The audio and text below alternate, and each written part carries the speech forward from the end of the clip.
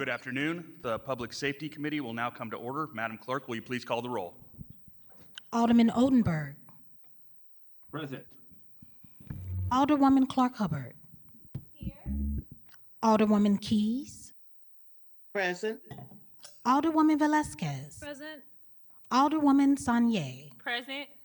Alderman Aldrich. Chair Narayan. Here. Alderman Aldrich. Here. We have 7 present. We have a quorum. Thank you. A quorum being present, I will now entertain a motion to approve the minutes of Thursday, March 28th, 2024. So moved. Second. All right, there's been a motion and a second. Madam Clerk, will you please call the roll? Alderman Odenberg. Aye. Alderwoman Clark Hubbard. Alderwoman Keys. Aye. Alderwoman Velasquez. Aye. Alderwoman Sanye. Aye. Alderman Aldrich. Present. Chair Narayan. Aye. We have 7 aye votes. Did we have 6 aye votes and 1 present, or did we have 7 ayes? Was Aldridge a present there? Yes, he was. Okay. Just wanted to make sure that was noted correctly. All right. For item number 1, we have Circuit Attorney Gabe Gore here to discuss the work that his office has done over the last year or so since he took over.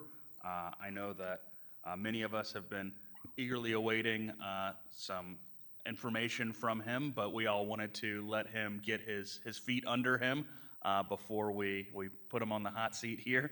So with that, I will turn it over to you, Mr. Gore.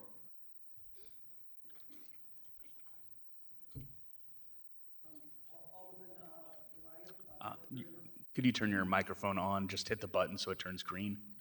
Yep, there you are. All right. Alderman Narayan, thank you very much for inviting me here today to present. It is a pleasure and an honor to be here.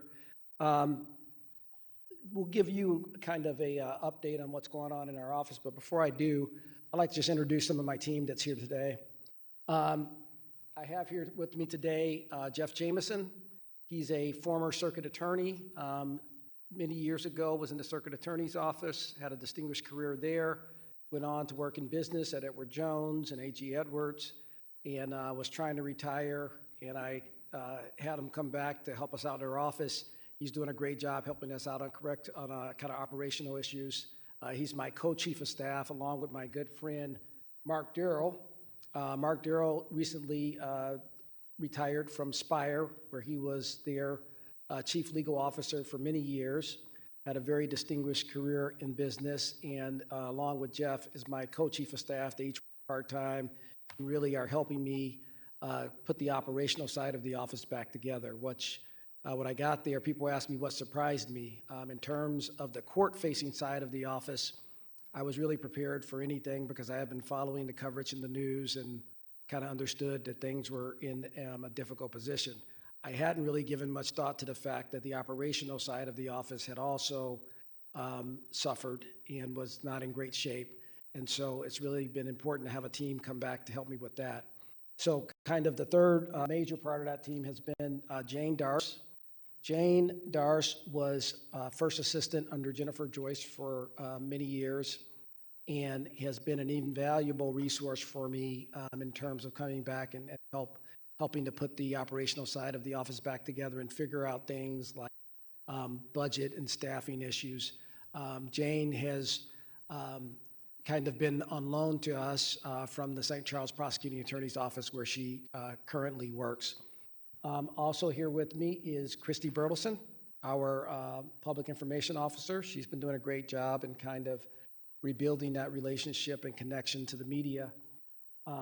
Also with me is Leanne Mosby. She is our Director of Community Engagement. And as you can see later as I get into my presentation, Leanne has kept our office, kept me very busy doing lots of community engagement. And finally, here with me is Becky Rentschler. She is our Deputy Chief of Staff. She's a paralegal who I got to come down and help me out. She was with me at Dowd Bennett. She had previously worked in the Circuit Attorney's Office. I asked her to come down and help me out for a couple weeks turned into a couple months, and now, fortunately, she has agreed to join our office permanently. So this is the team that's really been helping me a lot, working on budget and operational issues, and they've really been a tremendous help. Going through, if we can switch over to my slide presentation.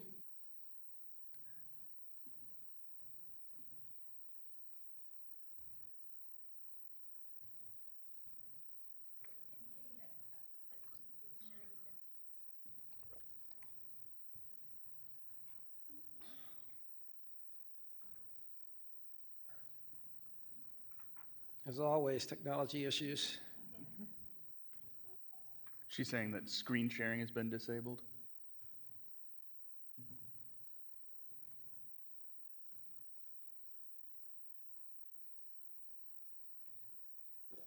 Sorry, please bear with us for a moment. That's okay. Alderman Aldenberg is getting a lot of screen time here. There we go. All right, so this is what we've got to present today. If we can go to the our mission page.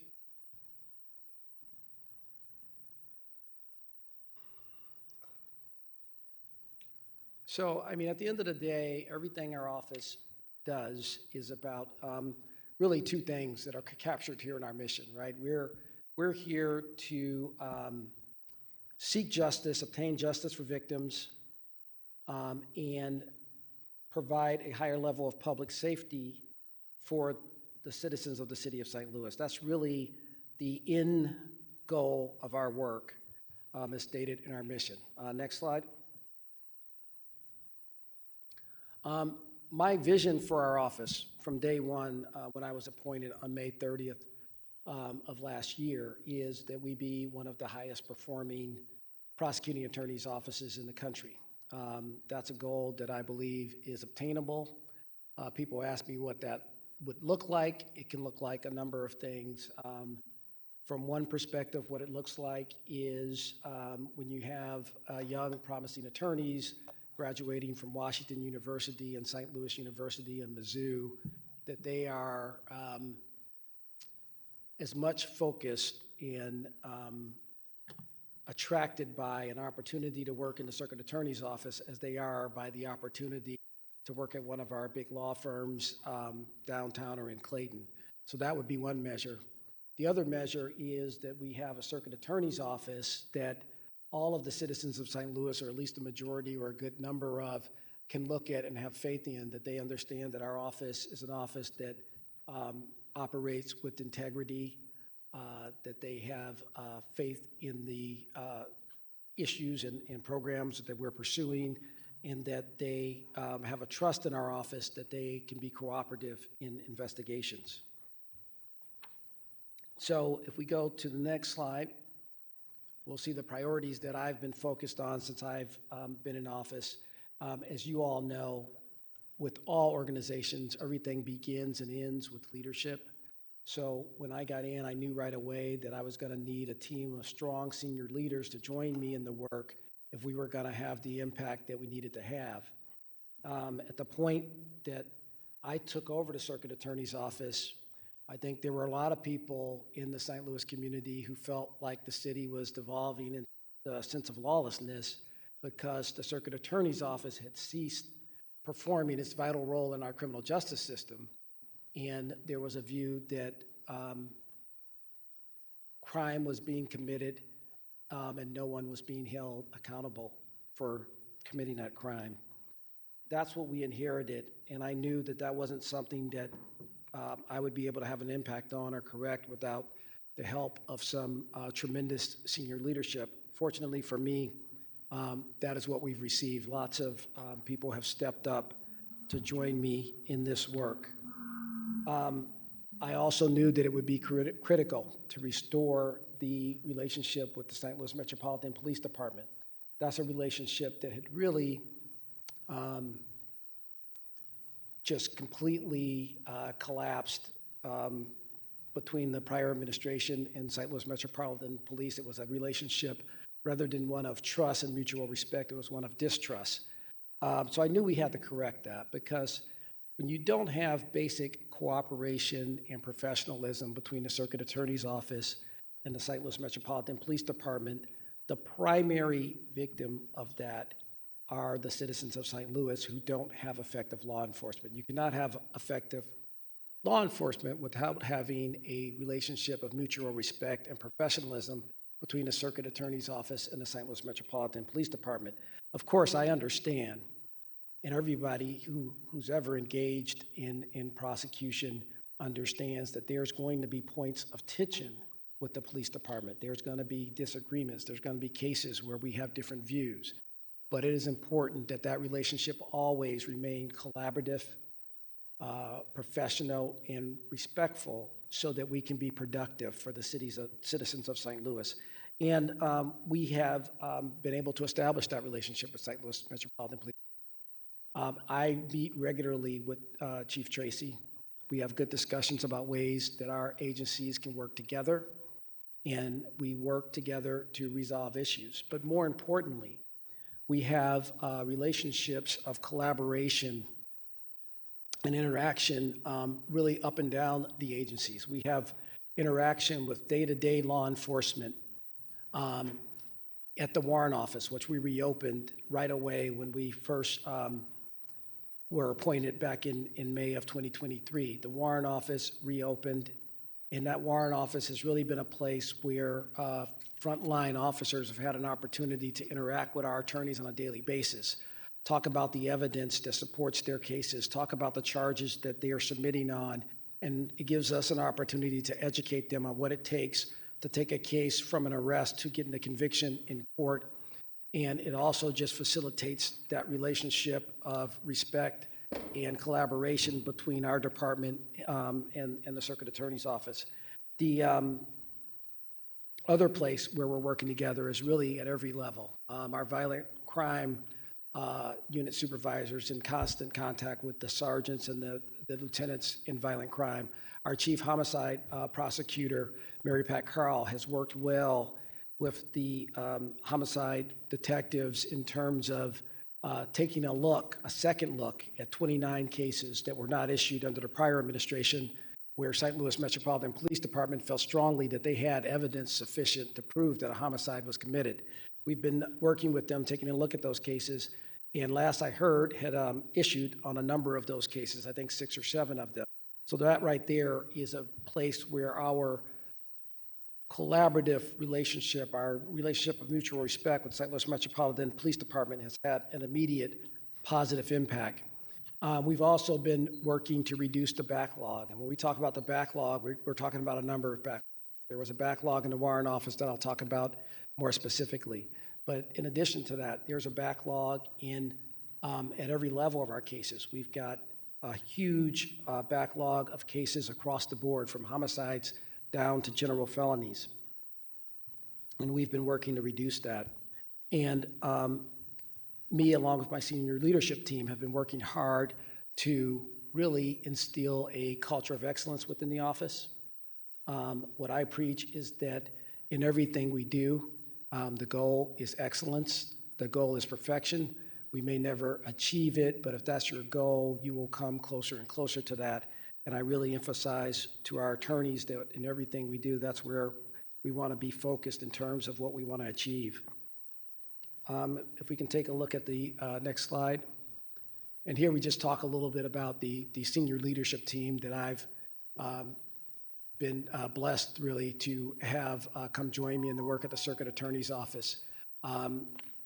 Judge Draper was hoping to go into retirement, but not long after he stepped down from the Supreme Court, I approached him and asked him would he be willing to come back to the Circuit Attorney's Office where he started his career and where his dad was chief trial assistant, and he finished his career there as first assistant before he went on to a distinguished career in the judiciary. I asked him would he come back and join us in this work. Told him that I was going to create a new role, chief of training, and that he would be the ideal person for it, and he agreed. Our chief of training role is something that's never existed before in the Circuit Attorney's Office, something that I feel is really necessary to make training deficit that occurred for those young attorneys who were in the office in the last 4 or 5 years and really didn't get the kind of mentorship and training that they need. In addition to that, I've been fortunate to have other very experienced prosecutors come back and join our senior leadership team. Marvin Tier, who was chief of homicide in a prior circuit attorney administration, came back as our chief trial assistant. He has done a tremendous job for us. Mary Pat Carl, who was chief of homicide in a prior administration and also chief of sex crimes at one point in her career, has come back and is our chief of homicide, and she's been doing tremendous work. Steve Capizzi was chief of misdemeanors in a prior administration, and he has come back and joined us as our chief warrant officer. And I've already introduced Jeff Jameson and Mark Durrell, who are my co-chief of staffs. So tremendous leadership team that has really led the office back to where it is. In addition, we've been successful in hiring lots of very experienced former prosecutors. In total, we've hired 20 former prosecutors. Collectively, they have over 130 years of prosecutorial experience. They've tried hundreds and hundreds of cases, and they bring back that institutional knowledge that had been lost and that is so critical to being effective in a prosecuting attorney's office. So we've been very fortunate with that. In addition, we are trying to establish an office where we are developing the prosecutors who are going to lead the office into the future. So this year, I had 3 promising young attorneys join us straight out of law school. And next year, our plan is to have 6 to 7 young attorneys join our office. And those are the attorneys that are going to lead this office into the future. And we need to invest in them. We need to invest in their training and invest in making sure that they remain with the office and are able to have long and effective careers with us. If we go to the next slide.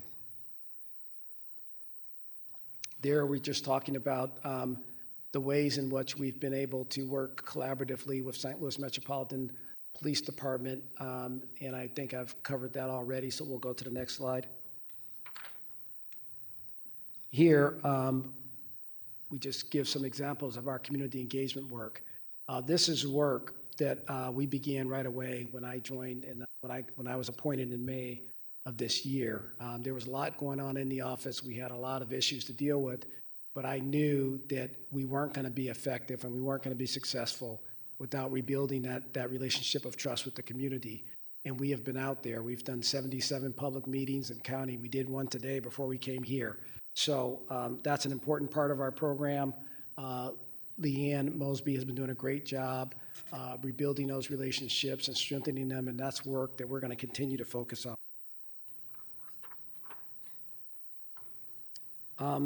In today's world, probably the biggest place where you interact with the community and have the most contact with the community is your website. And when I got appointed to the office, the website really had not been updated in a number of years. It was out of date. Frequently, if you Googled Circuit Attorney's Office, it would take you to an error page. So we are in the process of relaunching a new revived website that we think is going to give the community a much more positive online interaction with our office and provide much more information and make our office altogether much more transparent. So we're very excited about that, and we hope to launch on May 1st. Next slide. Here's the biggest part of our work. You can think of it as reducing the case backlog, or you can think of managing and living with the case backlog. When I was appointed, there were 250 homicides pending. That number is typically 100 to 115 homicides pending. I was looking back at some historical documents. In 2014, there were 83 homicides in the circuit. I've got 3 full-time homicide prosecutors. So that is a caseload that is really unmanageable for that number of prosecutors. And what we've discovered is that when you look at the fact that we are roughly double the typical cases pending in our homicide group, that those numbers really exist across the board. So they exist in violent crime, they exist in general felonies, they exist in sex crime. And it's really a tremendous caseload to manage. And right now we're trying to do that with 44 attorneys. And that is very difficult to do. All of the attorneys in our office are working at 120 and 130% of capacity, and we don't feel that that's sustainable. Next slide.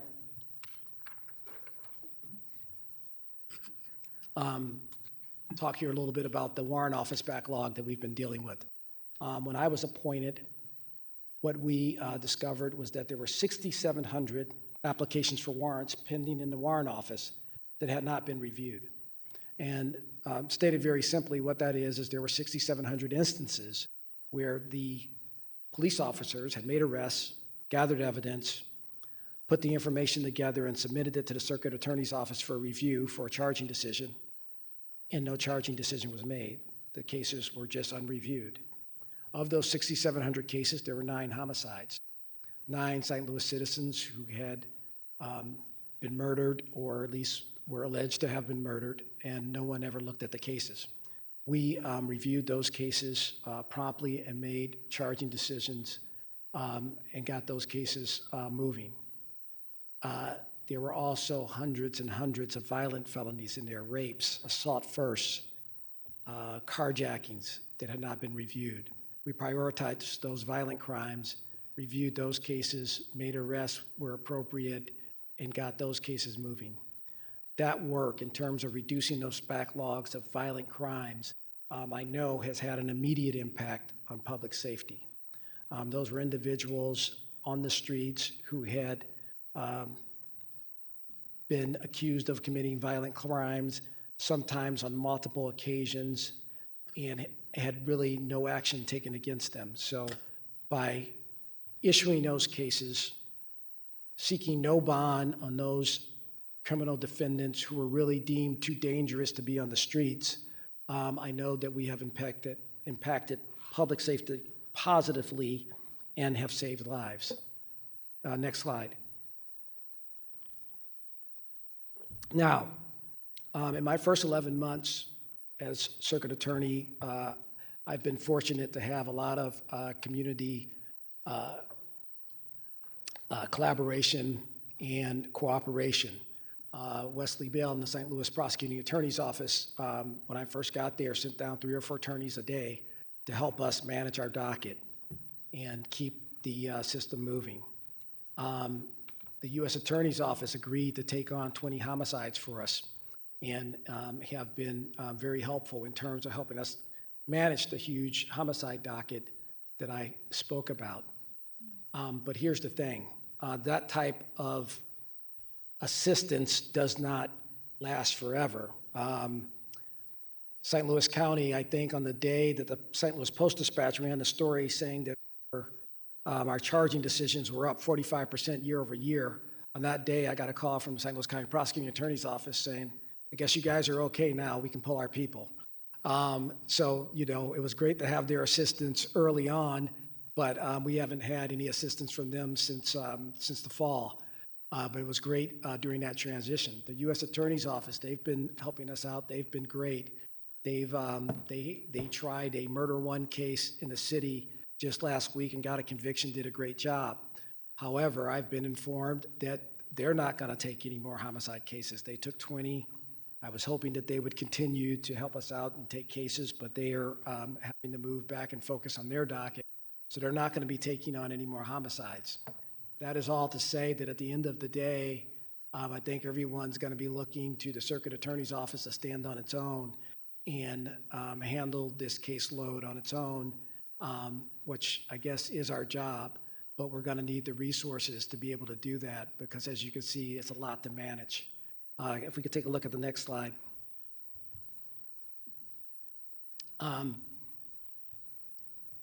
This talks about establishing the culture of excellence and the work we're doing in that area. We are really focused on, like I said, making very timely charging decisions. When we get a case, we review it and we make a charging decision within 24 hours. And the obvious importance of that is that it keeps the case moving. And when you have a criminal defendant who has engaged or is alleged to have engaged in a violent crime, where appropriate, you can hold that person with no bond. and not have somebody who's been engaged in violent crime back on the streets where there's a potential that they might pose greater danger to the community.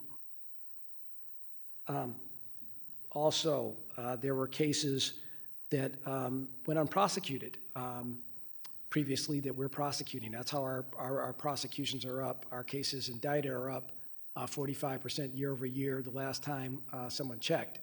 And those are crimes like burglary, tampering, car break-ins, reckless driving, car theft.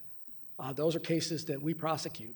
And I think that that's important because, you know, if the law is that you can be the victim of a car theft, a burglary, a car tampering in the city of St. Louis, and that no one's going to be held accountable for that, I think that that's going to feed into people leaving the city. It cannot be considered a cost of living, of being a city resident. It cannot be considered a cost of that you have to suffer burglaries, car thefts, car break-ins, and property crimes on a regular basis. In this picture here, this is a picture of me at the sentencing for Daniel Riley, who was the criminal defendant who caused the car crash that caused Janae Edmondson to lose her legs so tragically. And the reckless driving crimes are something that we're focused on prosecuting. I have every one of those cases brought to me personally. We review those at Rec Committee with my senior team and make charging decisions. I've made it very clear that we're going to prosecute reckless driving crimes that result in tragedy for citizens, law-abiding citizens. We're going to prosecute those crimes to the fullest extent of the law. If we can take a look at the next slide. Part of the culture of excellence is not only focused on prosecution. I've said many times that in my view, prosecuting someone, going to trial, and locking that person up is the least effective way, the least efficient way to prevent crime. It's a necessary part of what we do. It's an important part of what we do. It's an important part of maintaining public safety. But where we can, we like to do something that is more focused on rehabilitation. So we've really focused a lot of resources on diversion. When I got into the circuit attorney's office, our diversion unit had about 40 people in it. The diversion program was not very robust. There was not a real effort to match participants in the diversion program with resources. We are working hard to launch a diversion program that's going to have a major impact for the city. That's being led by Jennifer Lorenz, who was a diversion prosecutor under Jennifer Joyce. She's a criminal justice professor at Forest Park Community College and really has a passion and commitment to this work. We've hired 3 clinical social workers to work in diversion. When I got there were 0. We've also just hired an experienced diversion attorney who's going to be joining us, who's bilingual, and we're very excited about having her be part of that diversion team. So we've got a 5-person diversion team, which is the largest diversion team the Circuit Attorney's Office has ever had. And it is our hope that in the next year, we're going to see that diversion program grow to 150, 200 people. Why is diversion important? It's important first and foremost because it's basic fairness. We are a community that believes in fairness and second chances, and that's what the diversion program does. People who are nonviolent offenders, who are first or second time offenders, who maybe have just made some bad decisions in their lives or have mental health or substance abuse issues, can be provided the resources to turn their lives around and not become habitual participants in the criminal justice system. So we believe in it for that reason. We believe in it secondly because it works, it's effective. St. Louis County's Prosecuting Attorney's Office has a very effective diversion program that has a 97% success rate. We've worked a lot with them in terms of modeling our program. We've also looked nationally, and we're modeling our program after best practices where diversion programs have been extremely successful in a number of jurisdictions. So we're very hopeful about the impact it's going to have. The impact of investing in diversion and diverting someone from a life of being a habitual participant in the criminal justice system, the economic impact of that is tremendous, obviously.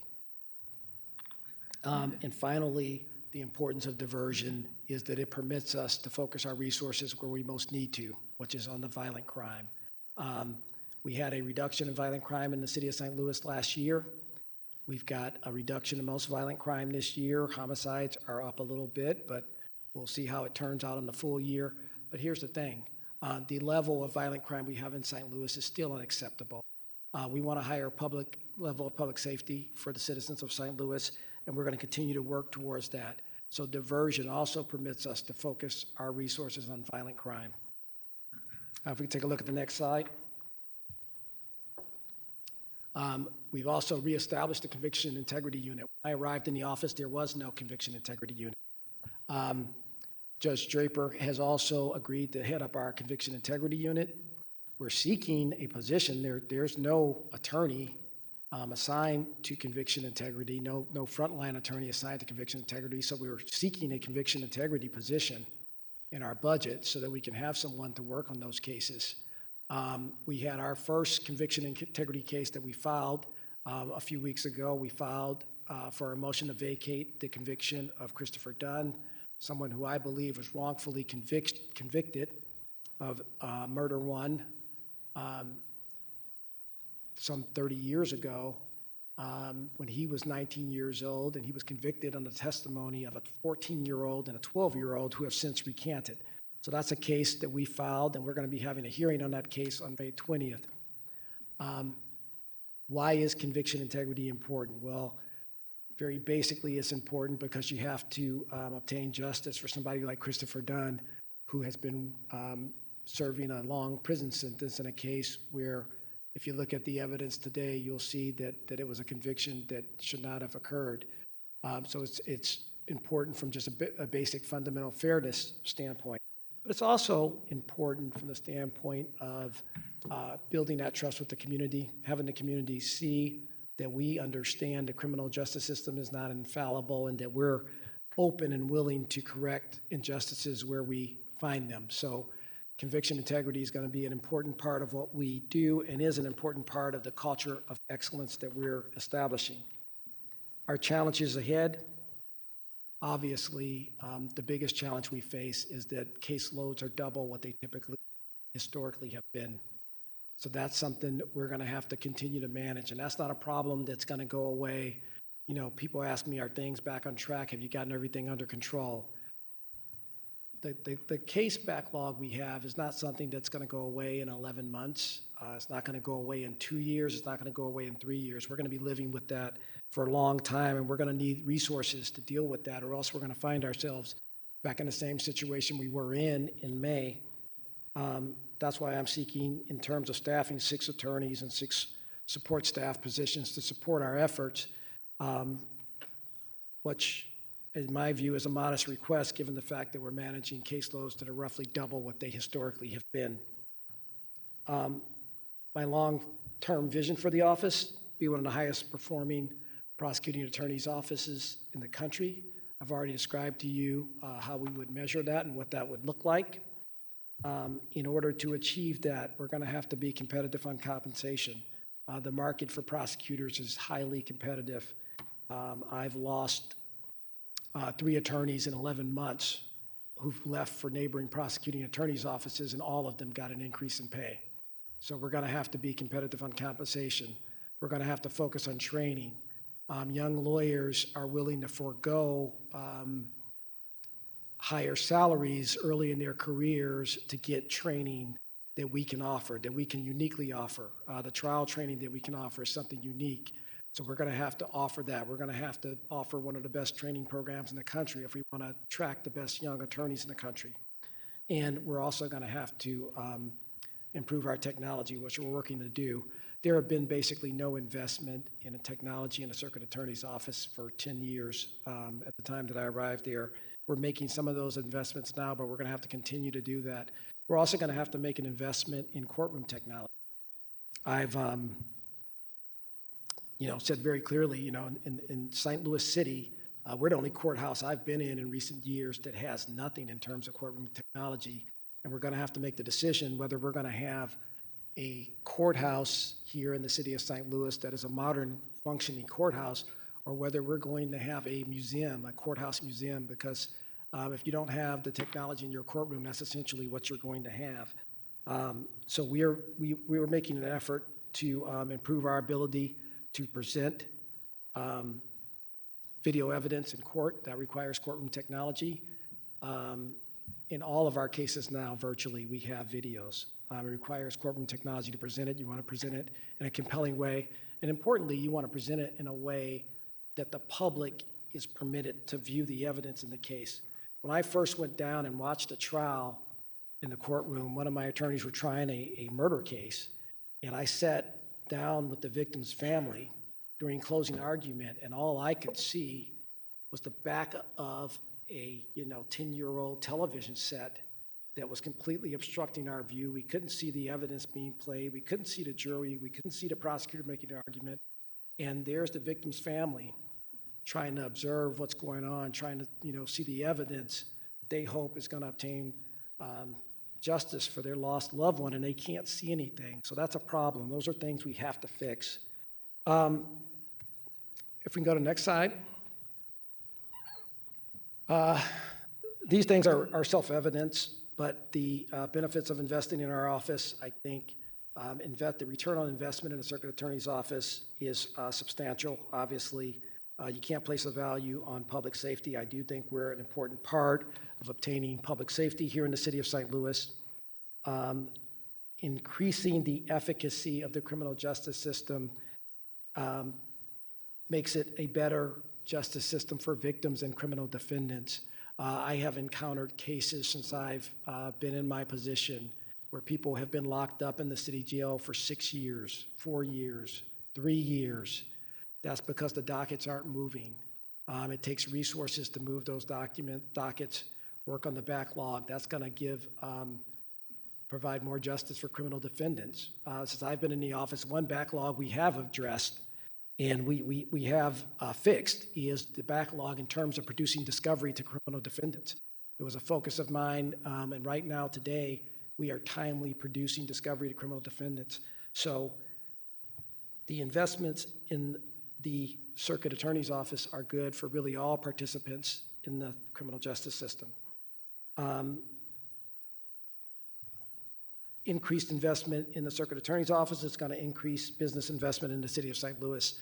I can't tell you how many business people came up to me and said, are you going to run? Is there going to be stability in the circuit attorney's office? Because whether there is or not impacts my business decisions, impacts whether or not when my lease comes up, I'm going to be looking to leave the city of St. Louis.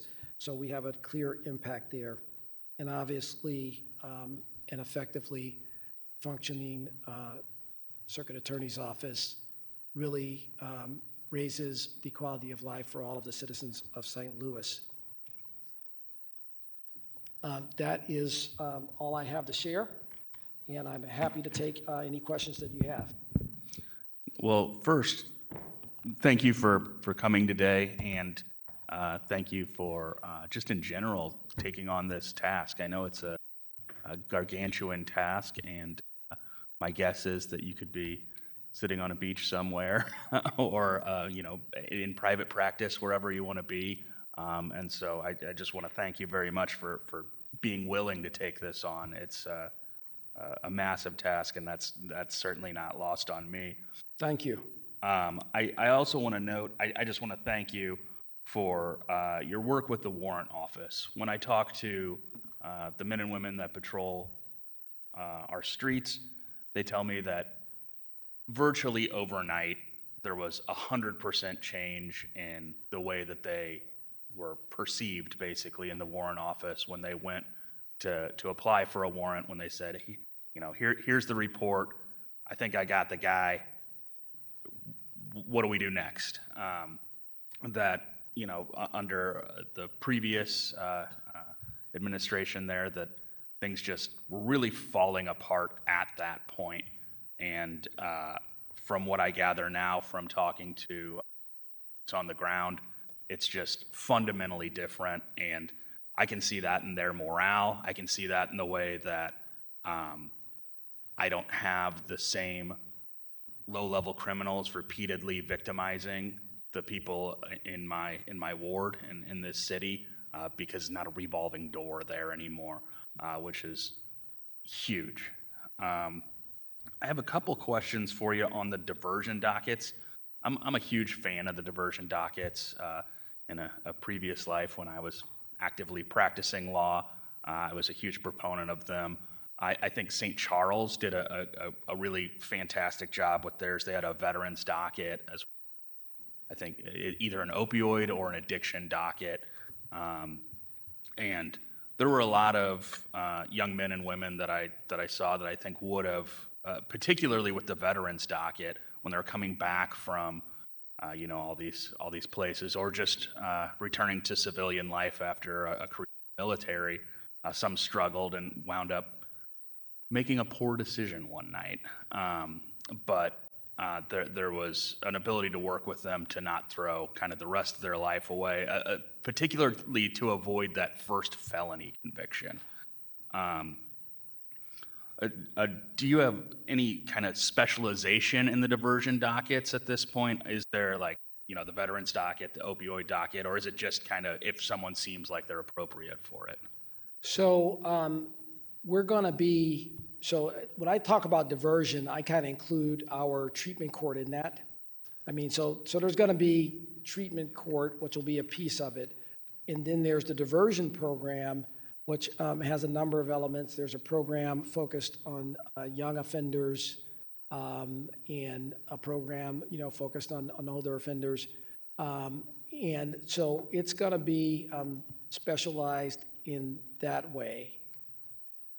Okay, that's great. I think the more that we can keep people from, as you've stated, the more we can keep people from kind of getting too involved in the criminal justice system, the better off we'll all be. I think on that point too, it's also a unique aspect of our diversion program as compared to what previously existed in the circuit attorney's office, is a portion of it is going to be pre-plea. So it's going to mean that somebody's going to enter our diversion program before they ever really have to engage with the criminal justice system. They're not going to have to go to court, take a plea, and complete their diversion, and then the case gets dismissed if they successfully complete diversion. In our situation, for a portion of that diversion document, it's going to be a situation where someone's going to have really no engagement with the criminal justice system, nothing in their record saying that they were engaged with the criminal justice system. They successfully complete the program, get their lives on the right track, they've got a chance of moving forward with no criminal history at all. That's great. So it wouldn't even be a suspended imposition of sentence and suspended execution. It would be pre-charged then. Yeah, that's great. kind of a recent innovation in diversion. Yeah, And it's something that we've embraced and we're going to pursue. that's great. I'm glad to hear that. Then I guess lastly, I think there was a judge who summed up your predecessor's office as a rudderless ship of chaos, which is just poetic. But I know at that point when you took over, if you asked us here and if you asked the state, hey, I'm taking over this rudderless ship of chaos, I have a couple asks, we probably would have given you the moon. At that point, though, it didn't seem like there, I'm not saying you didn't have any asks, but at that point, it seemed like you were getting your feet wet, figuring out what the actual situation on the ground was. And am I correct in understanding that at this point, your real ask is 6 attorneys and 6 staff members? That's what it comes down to. I mean, we've had 11 months to really get back and try to get our arms around where the office is. And we've taken a look at,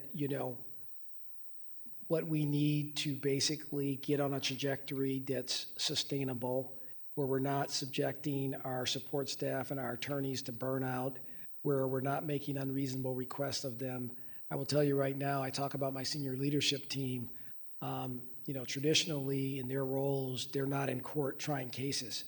My senior leadership team, in addition to managing attorneys in helping me manage the office, they've all got busy trial documents. So that, Mary Pat Carl's in trial this week.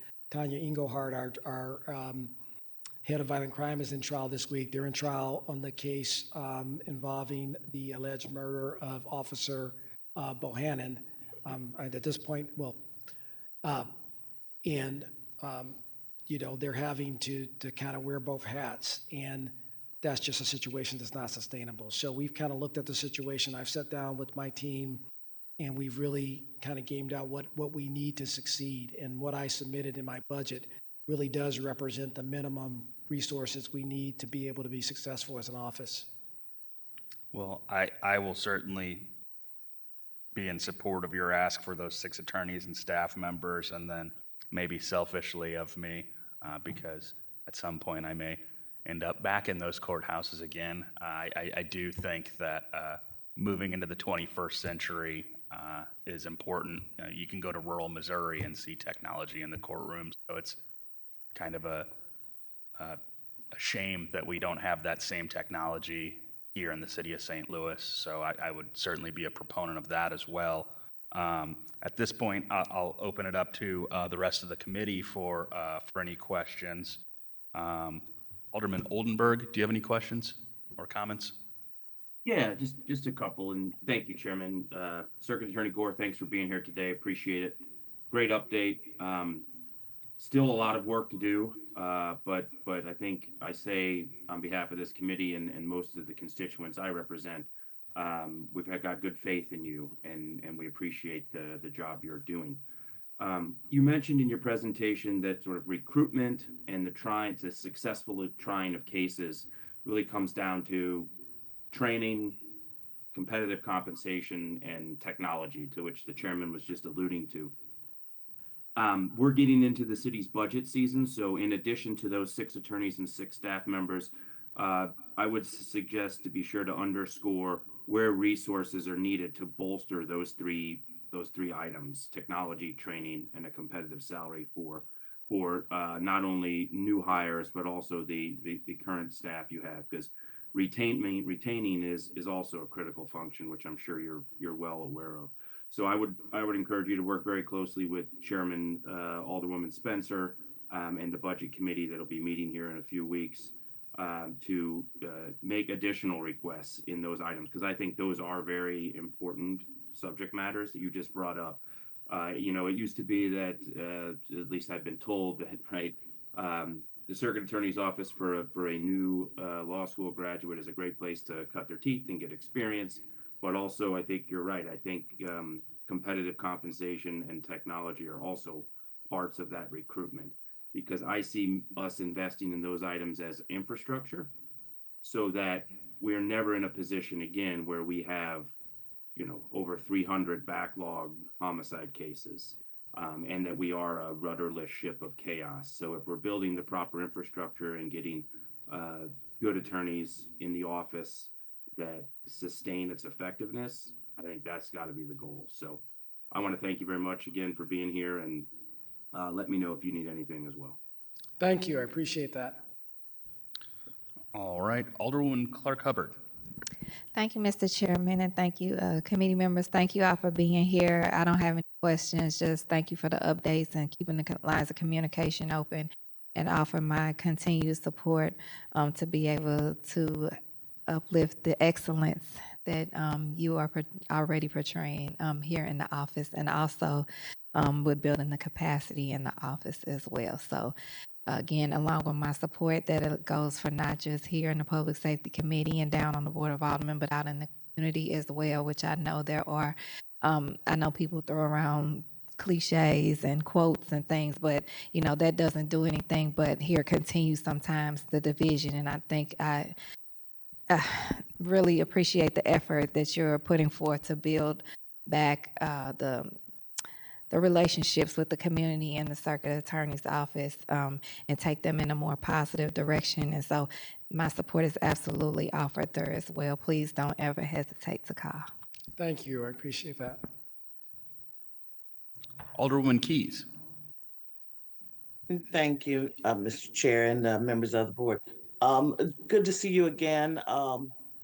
Mr. Gore, great seeing you out in the community and going to various meetings throughout the city. Continue the great work. And other than that, I have no other comments. Thank you.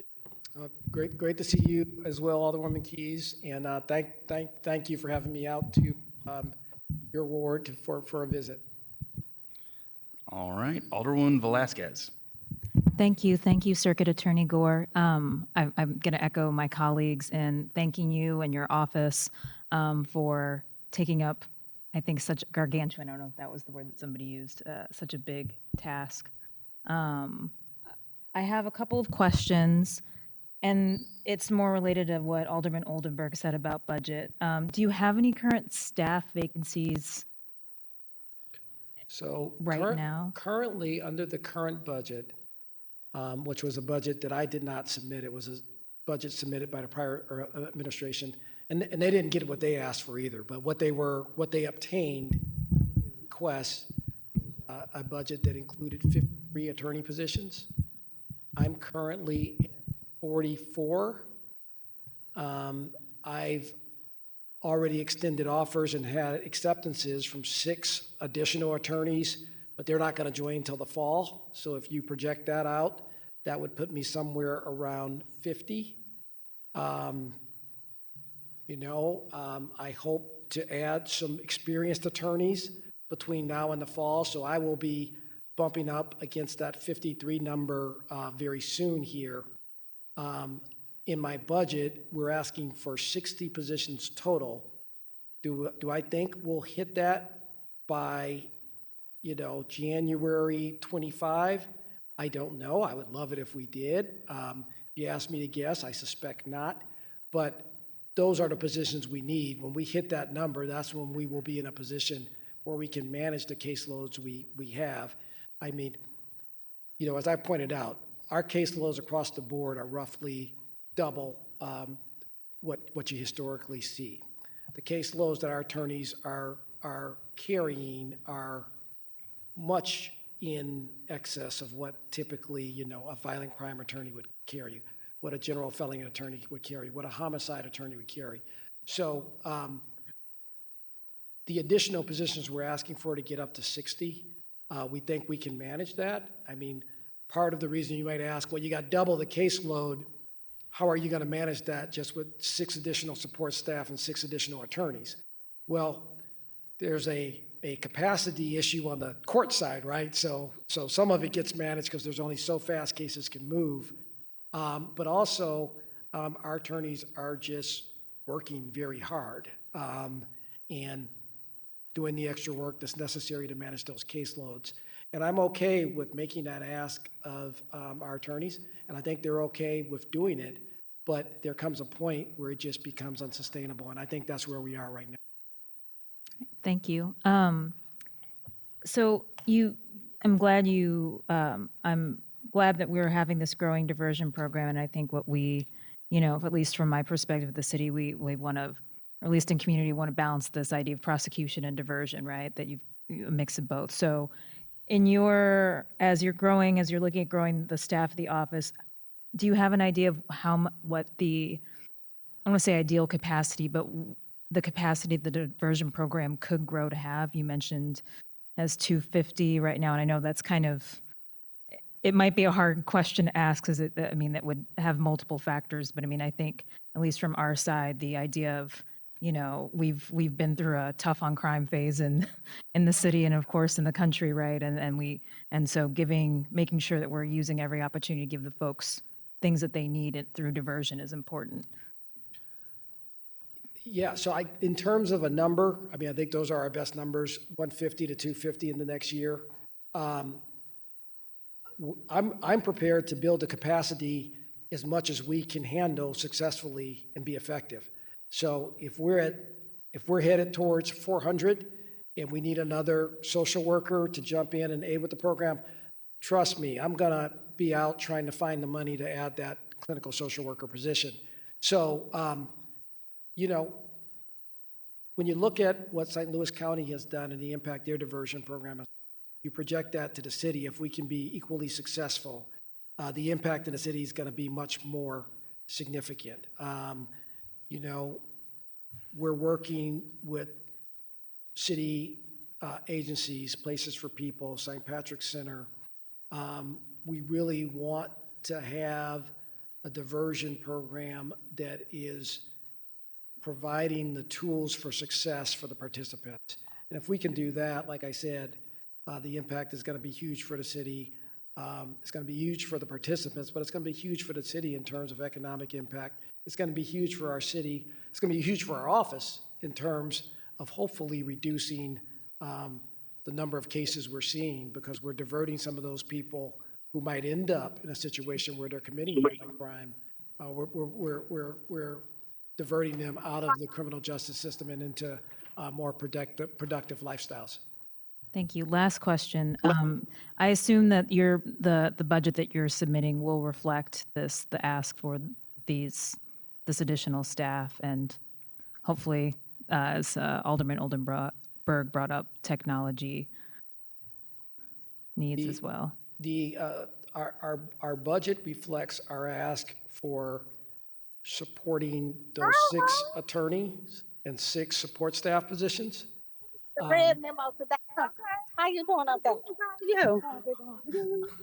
You. How many? Alderwoman Clark Hubbard, could you please go on mute?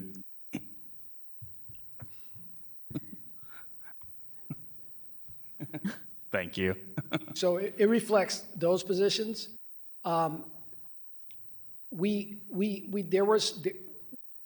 There's money that was existing, unspent money existing in our office that we are directing towards technology investments. There's also, we've made requests for capital investments, infrastructure investments in the office, which have been granted, so I think are going to give us some relief on those technology issues. So, you know, it's the budget issue. So long as we are permitted to use the money that was not invested in the office under the prior administration to invest in technology, we actually have the funds to cover that. So it's the ongoing support for the support staff and attorney positions that we're going to need additional budget support for. Great. Thank you. All right, Alderwoman Saunier.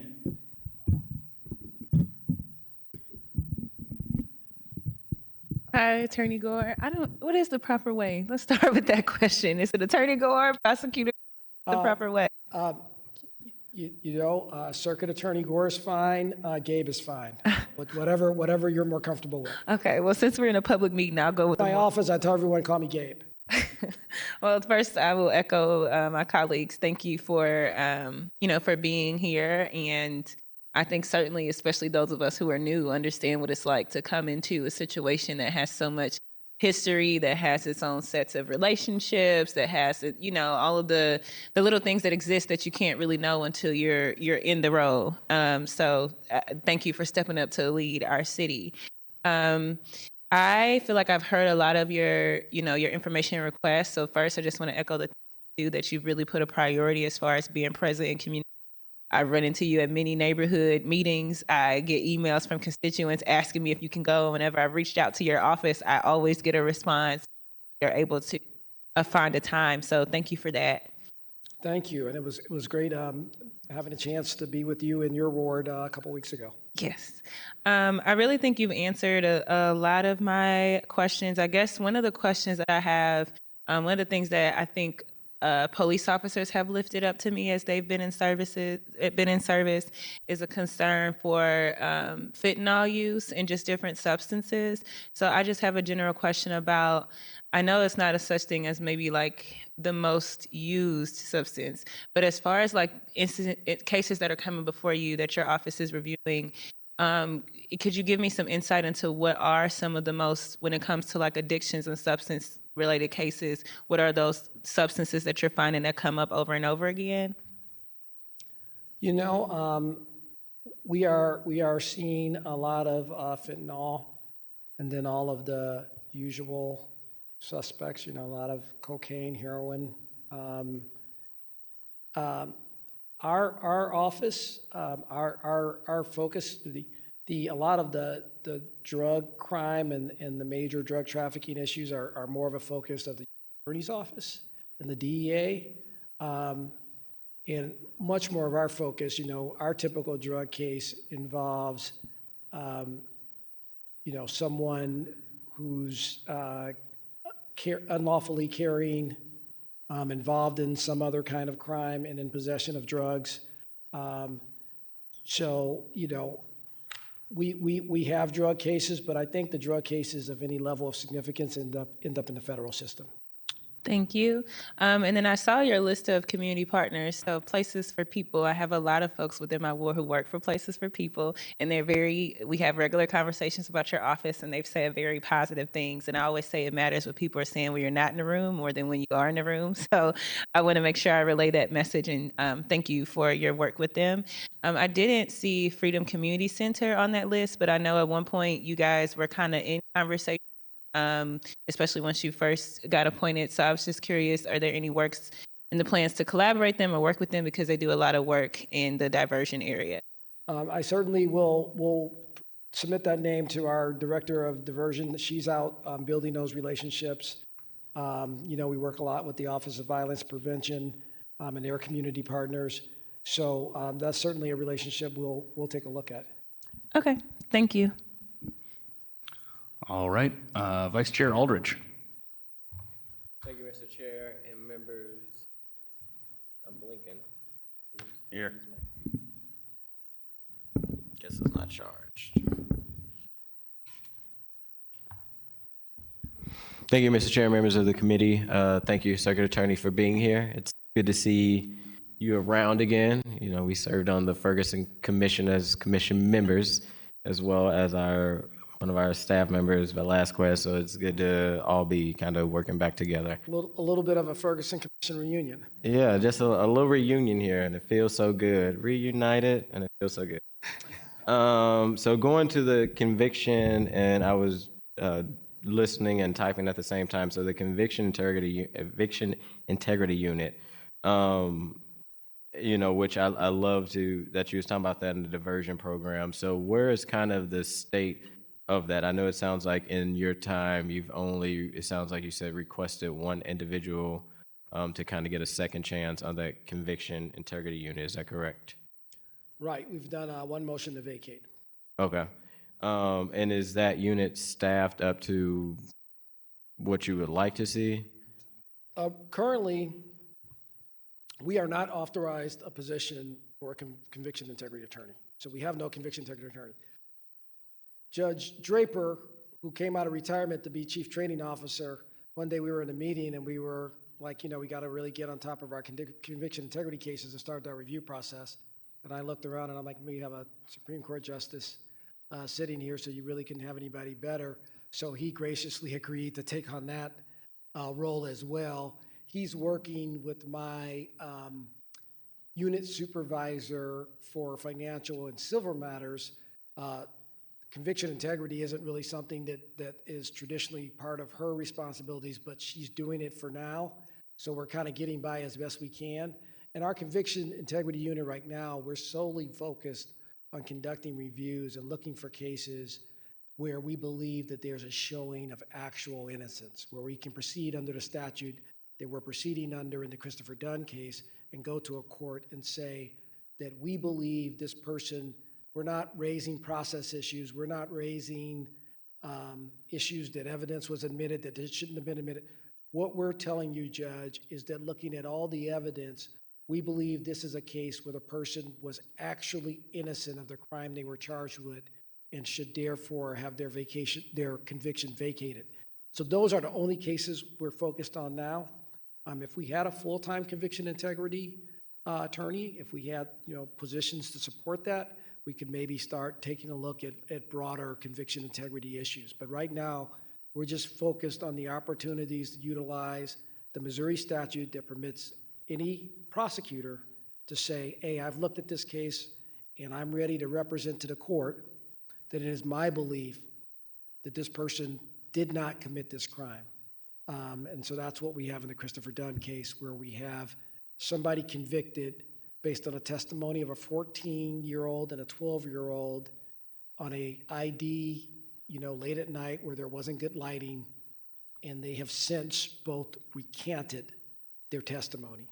So that's a case where we go to the court and say there's actual innocence here. This conviction should be vacated. And I won't dive too deep into the budget because serving on that committee, you get to ask you those questions at a different time. But as I do have a few small questions about it. But in this next budget, as I pulled it, are you asking for that? Is that one of the 6 positions? That is one of the 6. Okay. And in just curiosity, is that position, is that identified as like a attorney 3, attorney 2, or is The conviction integrity position, if I don't know that we specified. My vision for the position is that it probably would be an attorney 3 position. okay? I know sometimes the titles don't line up with the actual position, so I was just It depends on who you find, right? You could find, potentially you could find somebody who's 1 or 2 years out of law school. You could interview them and say, you know what, this person is uniquely qualified, even though they don't have a lot of experience. I think they're a great fit for this position. I think it's more likely that the person we identify for that position is going to be somebody who's got some experience, and it's going to probably be more in the range of an attorney 3. But I think the way that we have it in our budget is it gives us some flexibility. We request a certain number of attorney 3 positions. We request a certain number of attorney 2. And it gives us some flexibility because you never know where people are going to plug in until you see who's available, who applies, who's available in the market. yeah. And it looks like you have requested for attorney 3 maybe about 4, and looks like the budget has granted maybe 3. So like you say, that room to be able to do that. Where the place where I can tell you 100% I'm going to have attorney 3s are homicides.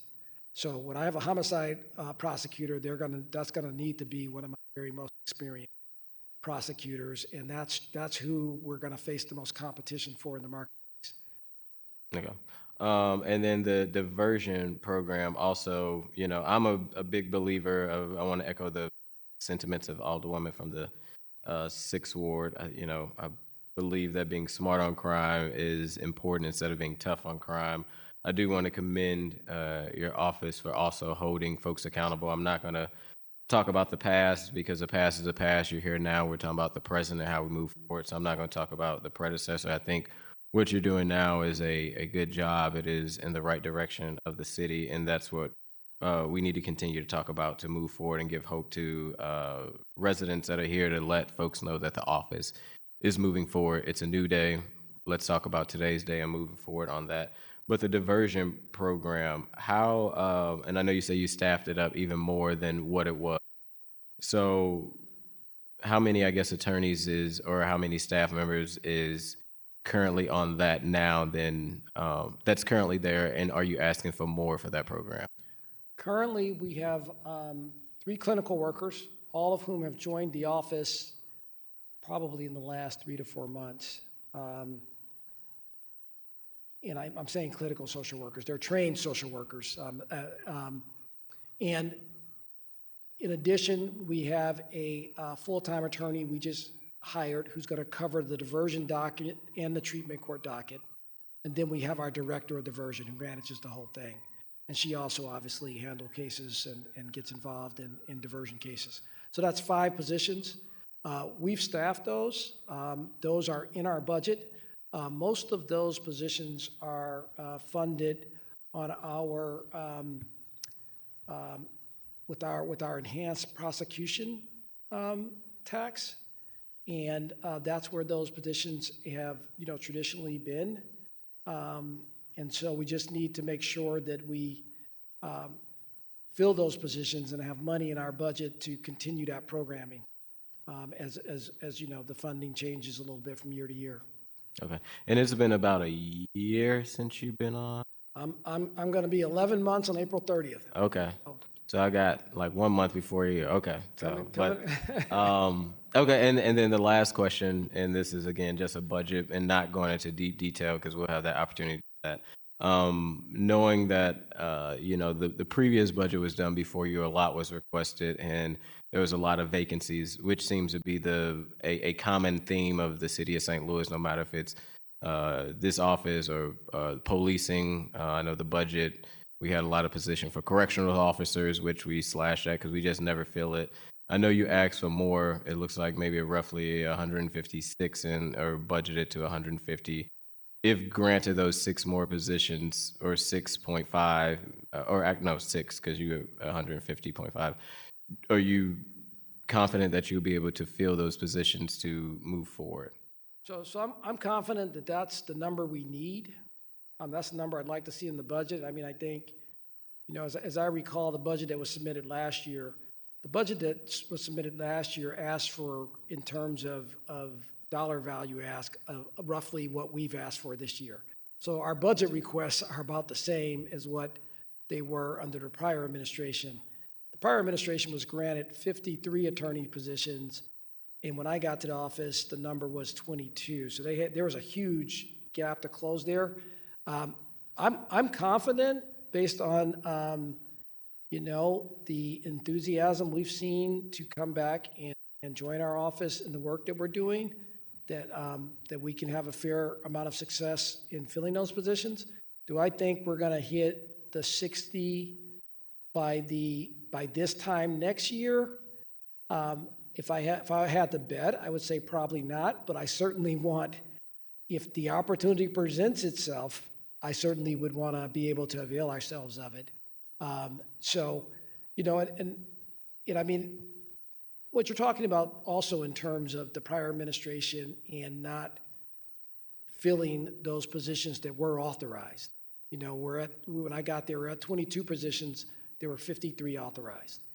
That happened for a number of years. And during that time period, by our calculations, you know, somewhere in the neighborhood of $6 million to $8 million went from the circuit attorney's office back to the city, and I guess into the capital investment fund. But in thinking about our budget, it's important to remember that those funds that were not invested in the circuit attorneys because attorneys to fill those positions weren't found, that money went back to the city and To the general revenue. was used into general revenue. That's why we have the backlog we have now. So that lack of investment, that inability to fill those positions has built the backlog that we're dealing with and trying to manage now. So, I mean, the way I see it is we're simply saying we want a small portion of what wasn't invested, reinvested in the circuit attorney's office to help us deal with the results of that underinvestment. Yeah, and I agree. Like I say, this isn't a moment now for the budget. Just going back again to that smart on crime, and you know, there's just not your office. There's plenty of offices that, you know, budget for the best, and then, you know, as we've seen historically, does not fill those. And as the mayor's office say, you know, we have the earnings tax in limbo. You know, we have a conservative budget this year.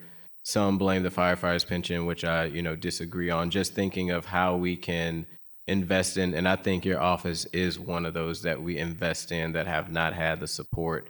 You know, how do we invest in the most critical offices that is going to move our city forward, as well as we are slicing others? You know, what is the best way that we give each dollar to each department in a smart way? Again, like I say, just looking at public safety, as we've cut back on correctionals, but knowing that we won't feel policing, and there's no, and that's been a long time thing where we won't fill those positions. Not your office, but how do we make sure that we're putting the money where these departments are actually going to be able to spend it in the long haul? So again, I'll have those questions during the budget process, but just wanted to see what is a way either we could support, knowing that you need these 6 positions and you wasn't granted that in this up and coming budget.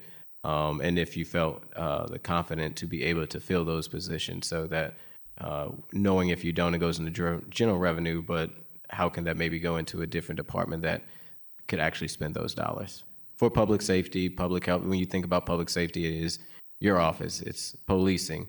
Some can also say it's healthcare, it's housing, it's all these things that play a role. So thank you. Thank you. All right. Does anyone have any additional follow-up questions or anything like that? Anyone online? Just, I guess, put your hand up if so. All right. Well, I just want to, I guess, repeat a little bit of what I said. I want to thank you very much for coming today and for bringing your team and for taking on this task and for helping to make the city of St. Louis a better place. Thank We you. do Thank have you one very much. thing. And just to echo, I appreciate your engagement in the community, and I look forward to seeing you on in the month of May for the town hall that in the 14th in 9th or 8th ward. I have to do that shameless plug. So thank you for just being constantly out there engaged in the community, and we'll see you very soon. Thank you. All right. Well, thank you all so much. Thank you. All right, so at this point, we are going to take up committee item number 2, which is the Prop S subcommittee. Literally, all we're doing today is reforming that committee. And the chair and vice chair, since we went down Sine Die, we have to reform the committee. So at this point, I will turn the meeting over to Vice Chair Aldridge, and we will form these committees. All right, Vice Chair. I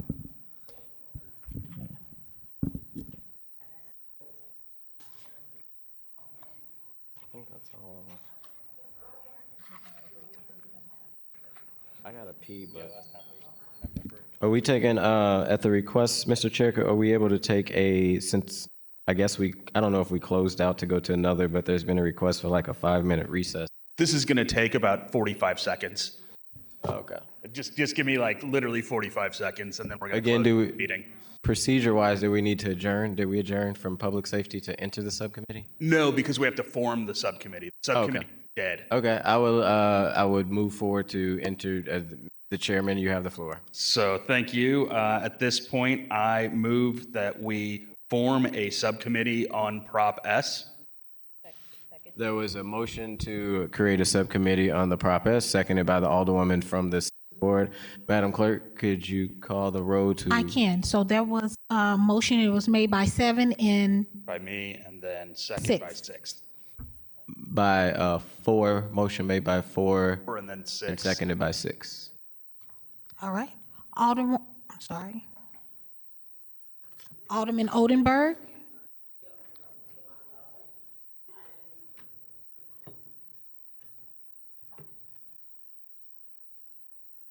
Alderwoman Clark Hubbard. Aye. Alderwoman Keys. Aye. Alderwoman Velasquez. Aye. Alderwoman Sanye. Alderman Aldrich. Aye. Chair Narayan. Aye. Alderman Odenberg. We have 6 aye votes. All right. All right, by your vote of 6, you've sustained the motion for creating the subcommittee on the Prop NS. Alderman? Prop S. Yeah. Prop S. Prop S. Alderman, you may proceed. All right. At this point, I move that we have the committee be formed of all members of the Public Safety Committee, with the vice chair as Alderman Aldridge and the chair as myself. All right, there was a motion made by the Alderman from the 4th, seconded by the Alderwoman of the 7th Ward. There was a motion for previous roll. Seeing no objections, Alderman, you may proceed. All right. Well, that's all we need to do today. We'll be getting these applications in and making decisions next week. Thank you. Thank you, thank you.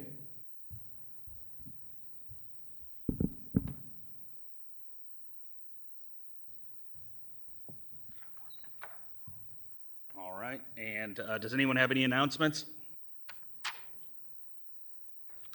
Hearing none, I'll entertain a motion to adjourn. So moved. Second. All right. All in favor, signify by saying aye. Aye. All right. We stand adjourned.